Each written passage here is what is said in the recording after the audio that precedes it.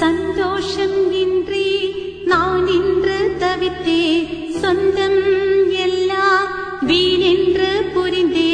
இயேசு சொன்ன கட்டளை செய்வாய் தாயே மரியே, நீ சொன்னதை நினைத்தேன், உன் சொல்லை கேட்டேன், பேரின்பம் பெற்றேன்.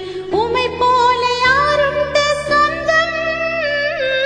இயேசுவின் தாய் வழியாய் அடைந்தேன் பெரும் பந்தம்.